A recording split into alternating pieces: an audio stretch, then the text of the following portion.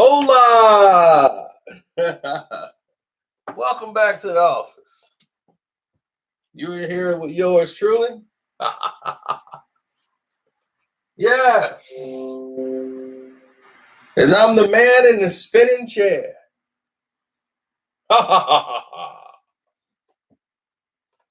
Let's talk about it. Shall we?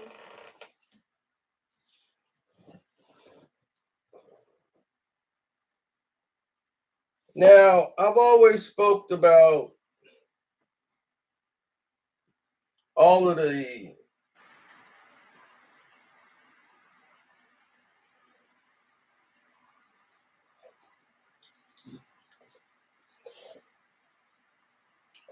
different elements that we spoke about early on about doing things the right way.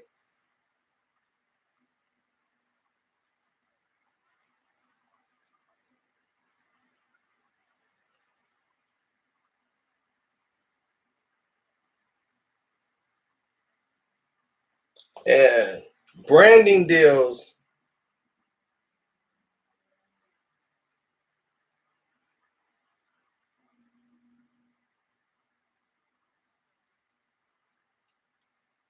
branding deals are the new way of transpiring or transcending your business.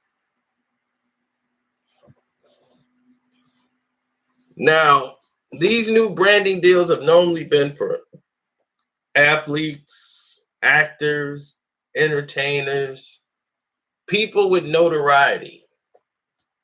But what we're starting to see now and more is that this is starting to become a trend in which it's only becoming fitting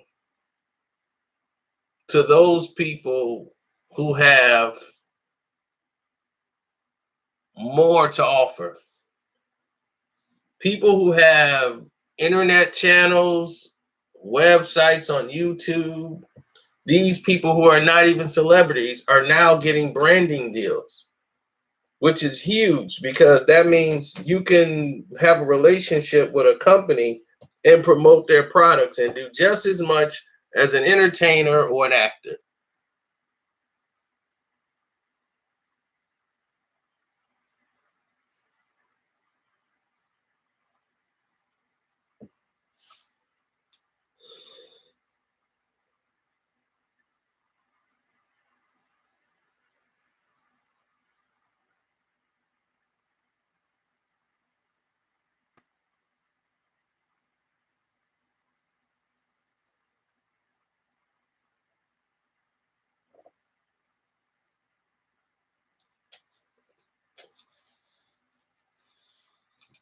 Well, some people say I don't need a brand and I don't need this and that. I don't need to compromise myself.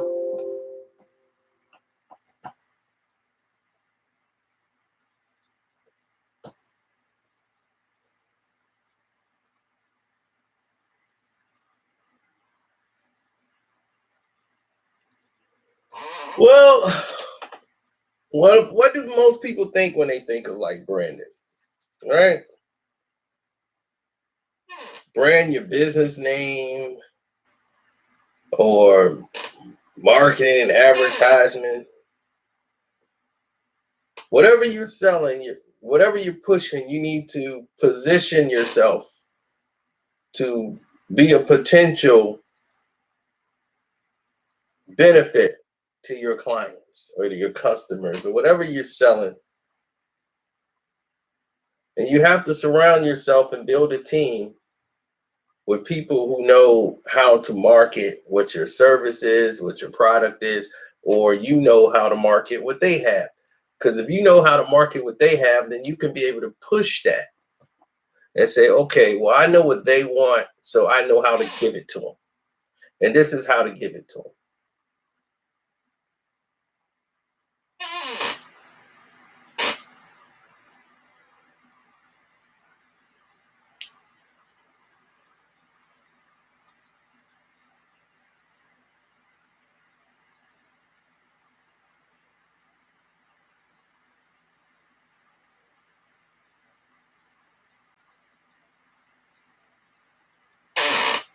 Now, YouTube has been blessed with these branding deals for a while, but only certain people were selected to get them.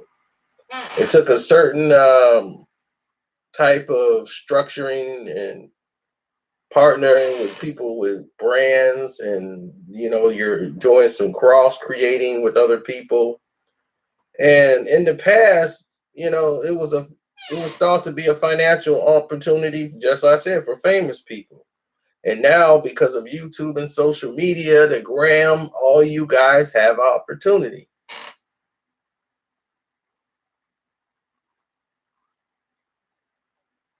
So when you partner with a brand, it's mutually beneficial to the creators of the brand. You can develop additional source of revenue. You can get products, and you can have new video ideas, some way to get it across to help the other person sell.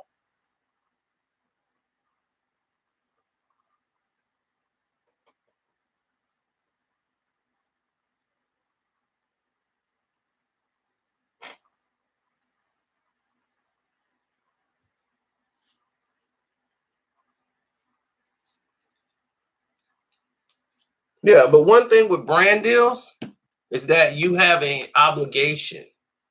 Okay, you have a financial obligation that, well, like, it's a disclosure obligation that you can't disclose to the rest of the general public. But you could also have a deal in place where other products may not be able to be used. You understand what I'm saying?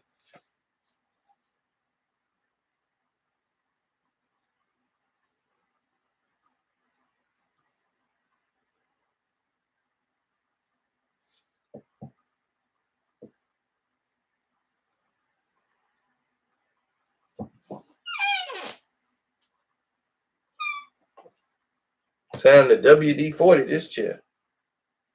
You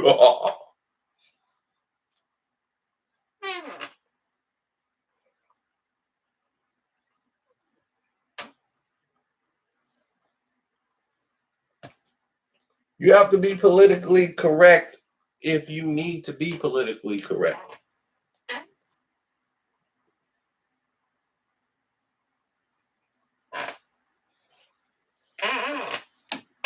Me, I'm already politically correct.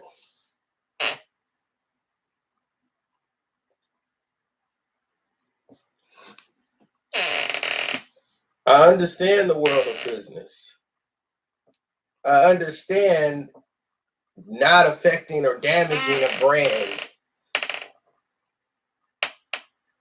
I understand these things where other people, they have to adjust. Me, I already understand how a brand works. I understand growing up and working for companies and businesses, things that are counterproductive to growing your business. I understand that. Well, other people be outraged. Me, I kind of get it.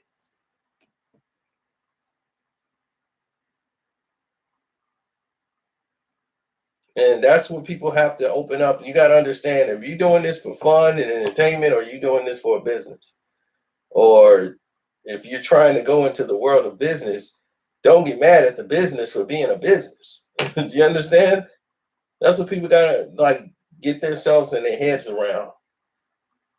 It's like, look, this is a business, and if you want to be a part of this business, you need to know this business.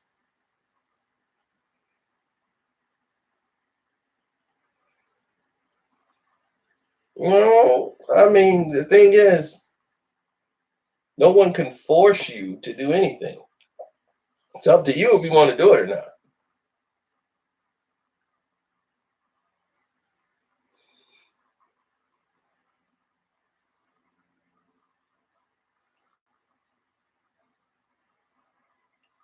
Like for me, for instance, like, I don't make a cuss filled video.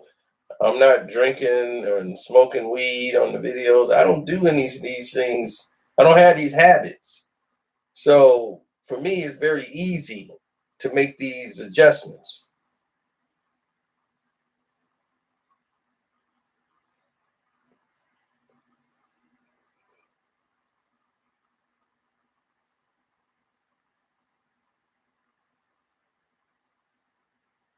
Well, I could fit the criteria a lot before a lot of these other people that are there. Well, the thing is that I might not fit the demographic that they're looking for. Some of the people who fit the criteria or the demographic or the numbers that they're doing do so because of the simple fact of how they've been mishandled or misrepresented or things of that nature.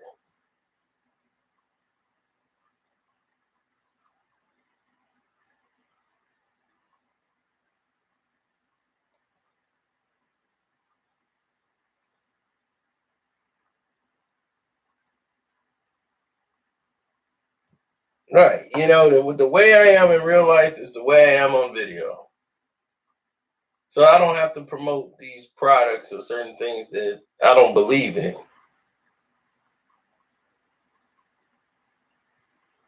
because it wouldn't come off right.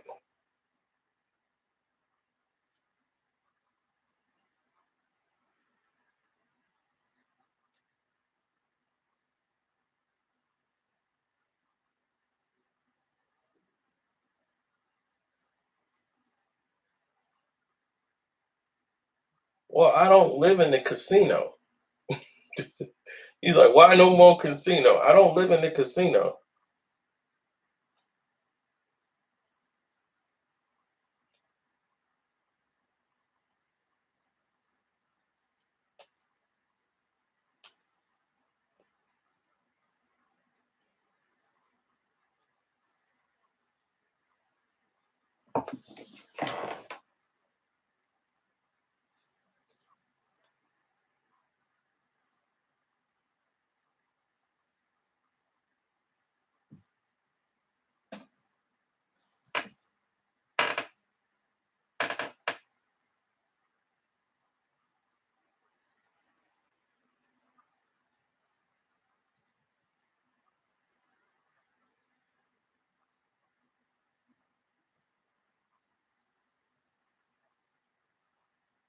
Yeah, I agree.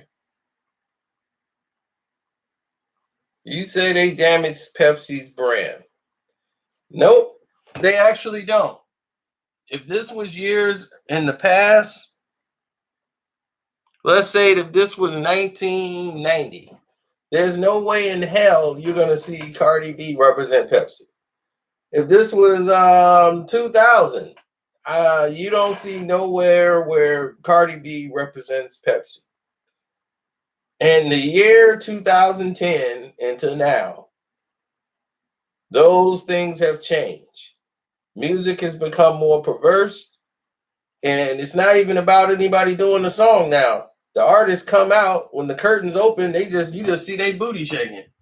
Yay! And the music is playing. No words is going, and they be, yo, man, they cool, son.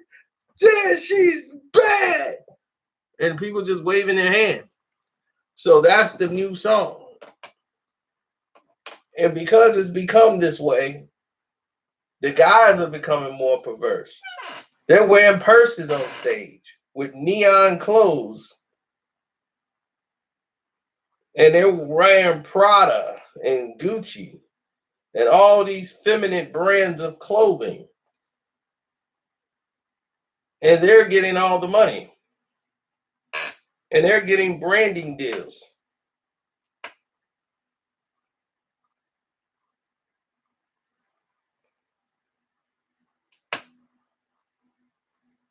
Then there's the promotion of all these opioids.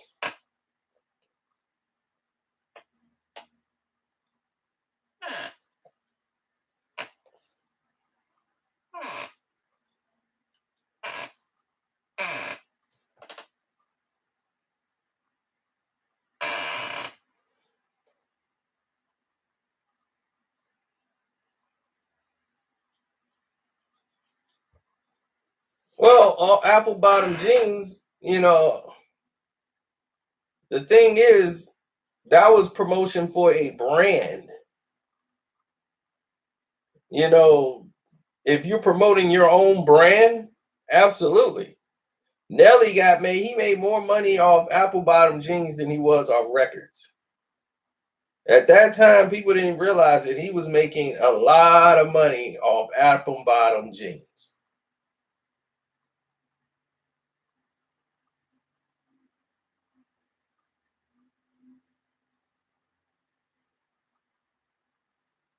Right. And he sold 10 million records off one album. And he made more money off apple bottom jeans and his deals that he had in place than he did off all that stuff he did there.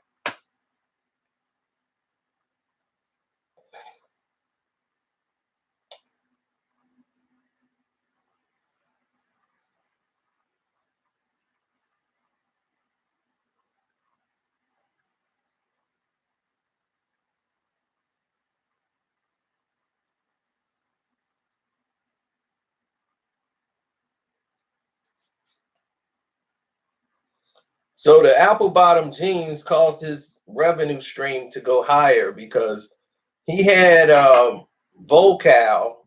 That was his first company he had. And that was supposed to be for hip hop clothing. And he realized there's no money there. So they started putting it in TJ Maxx and all that Vocal stuff. It looked terrible. It was cheap made, just like Outcast clothing, and that stuff was just weak. So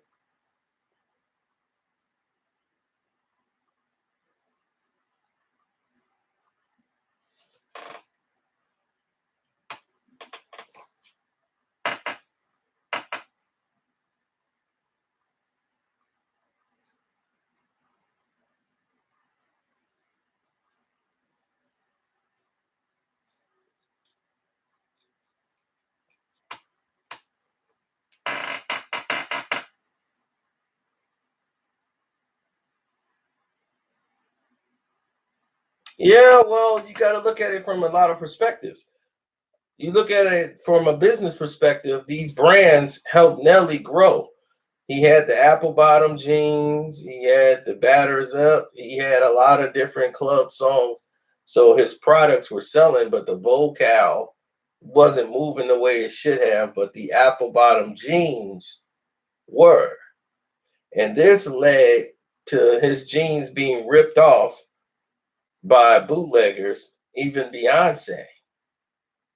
Beyonce came out with Darion jeans, which is basically a ripoff of apple bottom jeans.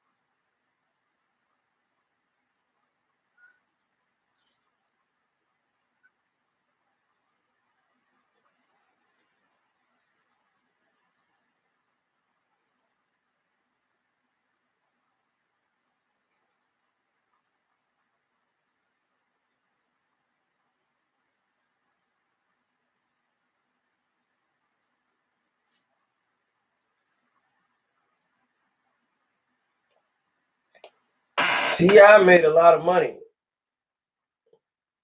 off his brand. He made a lot of money. And then he sold it off, and other people took it over and they put it in their category of brands.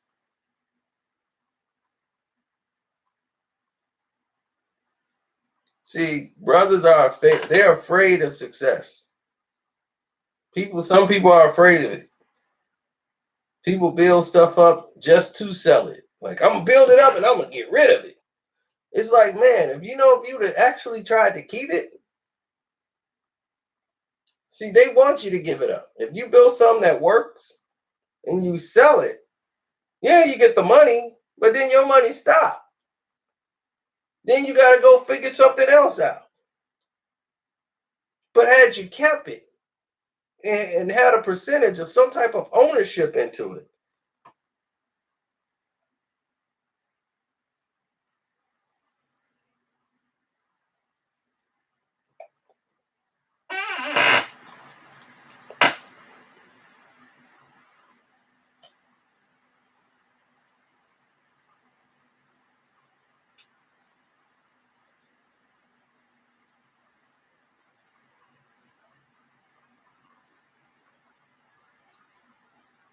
Well, it depends on how big the business is.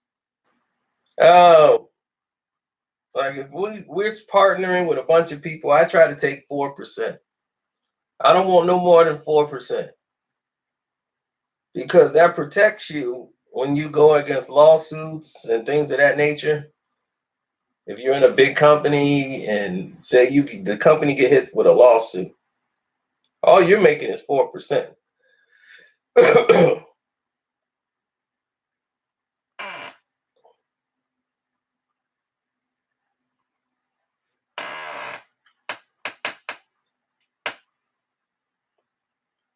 Because if you start adding those 4% up in those companies that are structured,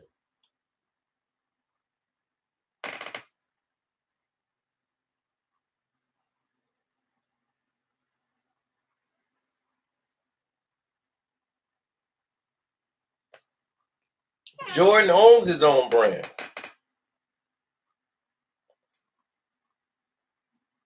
So what are you talking about? Why do you think Michael Jordan is a billionaire? He's a billionaire.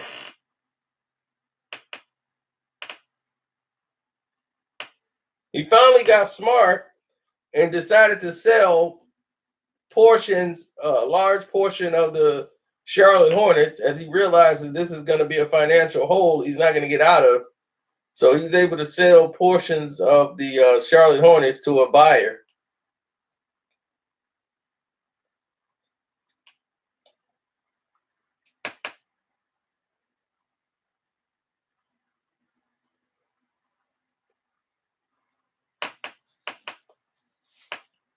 Jordan owns that logo.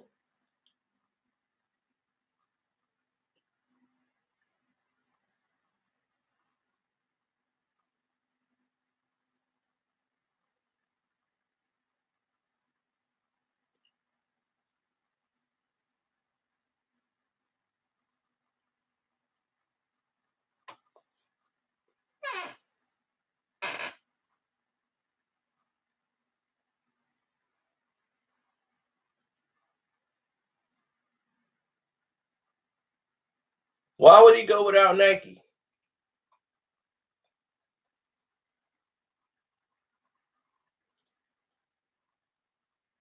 Nike is his infrastructure.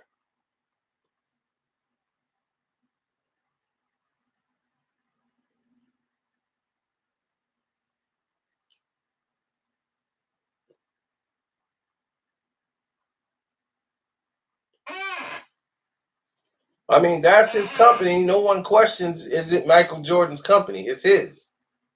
But why would he give up his infrastructure?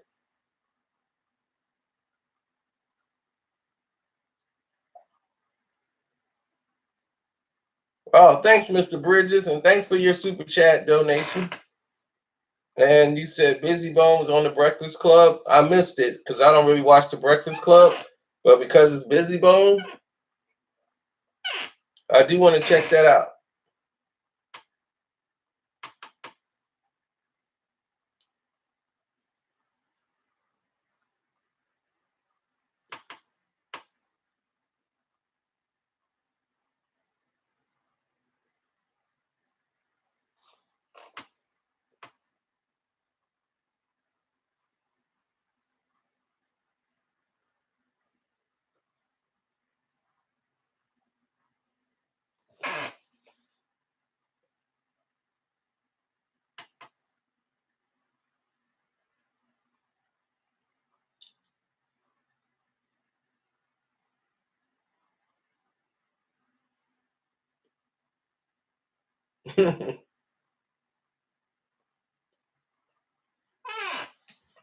Well, they tried to do that with LeVar Ball.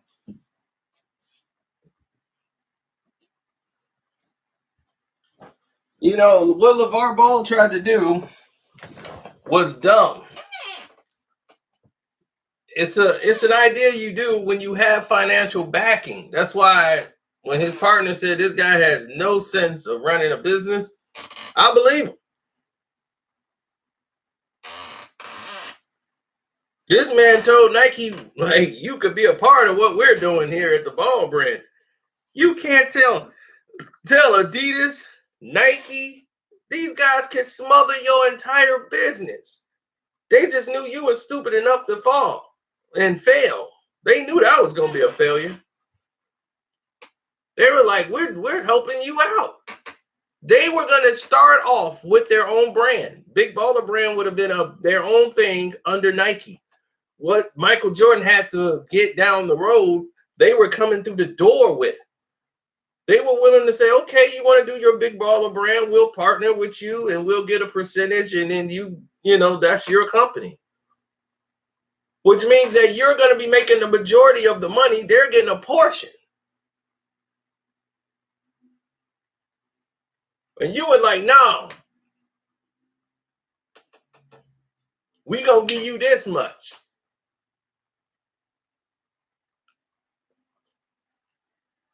They start dictating to them, Nike. That wasn't going to happen. Nike is like, well, we really don't need your money. Good luck to you on your venture. Now you got to pay for infrastructure, manufacturing, warehouse costs, storage. You got to pay for all that. You don't have the money. So how could you go into a business without any financial backing and then try to make demands? It was the dumbest thing I've ever heard. I said it from day one. Y'all like, man, black business. I'm like, dude, there is a way to do business and there's a way not to do business. There is no such thing as white business and black business. Business is business. And dumb decisions are dumb decisions. And that was dumb. You don't, people team up with Nike and Adidas because they don't have the infrastructure. He wouldn't have been the first person to do that. Hello? People know that to cover these expenses, you have to have somebody with financial backing, okay, to protect you from when things go wrong. You're not capable to handle all those orders that were coming in. That's why people had to wait 6 years to get a shoe. All these celebrities, I'm going to support LeVar. I'm going to buy a pair of shoes for $400. Okay, out of that $400 off that one pair of shoe, you're paying for the infrastructure. You're paying for the shoes getting manufactured by your auntie Millie. By the time she get through with that one pair of shoes and they send it out, all right, now what if the shoes is defective? There's something wrong with the shoe and they want to send it back. Now you've already paid out that money to the person that's there. You're going to take that loss. That's just one pair of shoes. You're not prepared if things go wrong. You're not prepared if shoes get lost. You're not prepared for any of these things. You have no insurance on the company whatsoever. You're done.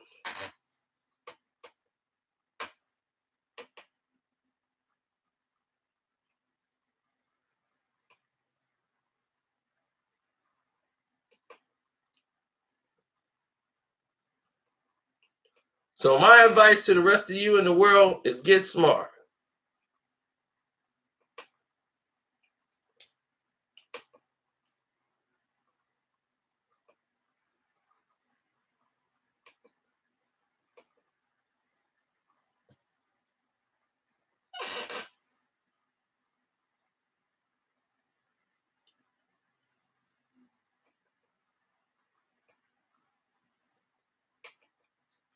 Nike has made billions off LeBron James. So has the NBA. And LeBron's not a billionaire. So that should let you know that a lot of things that happened didn't happen the right way. He made some good investments, though.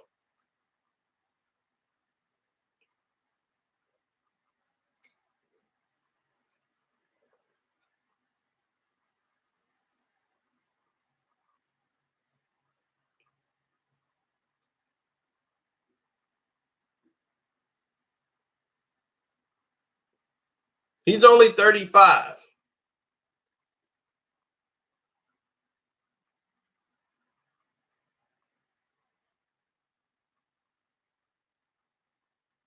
Right? With today's market and the way things is,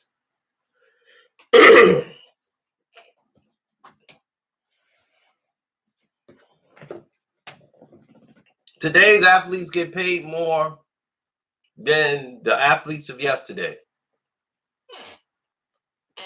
Right? That's granted. And I mean 10 times more. Isaiah Thomas was playing, Michael Jordan was playing, they were getting paid $3 million a season. $3 million a season. $2 million a season.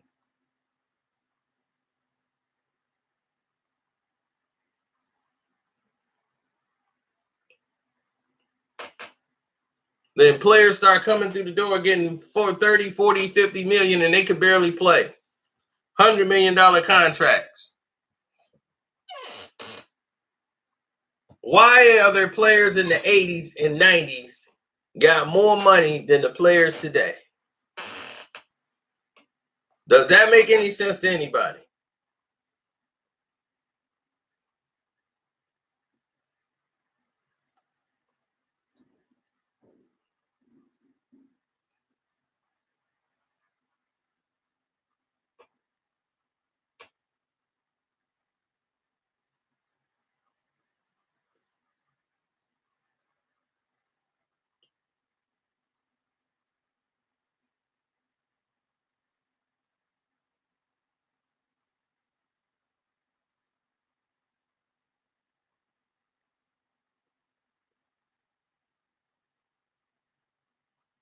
Mm-hmm.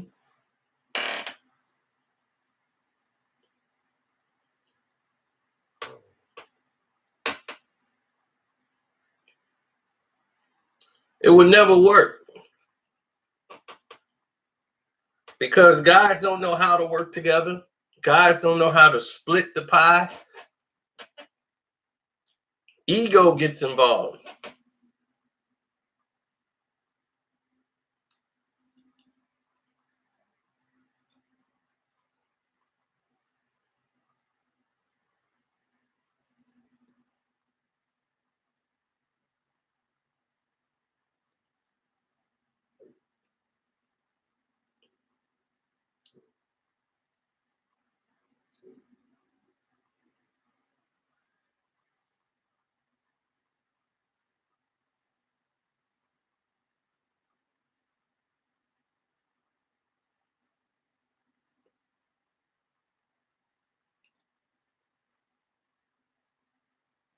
Mm-hmm.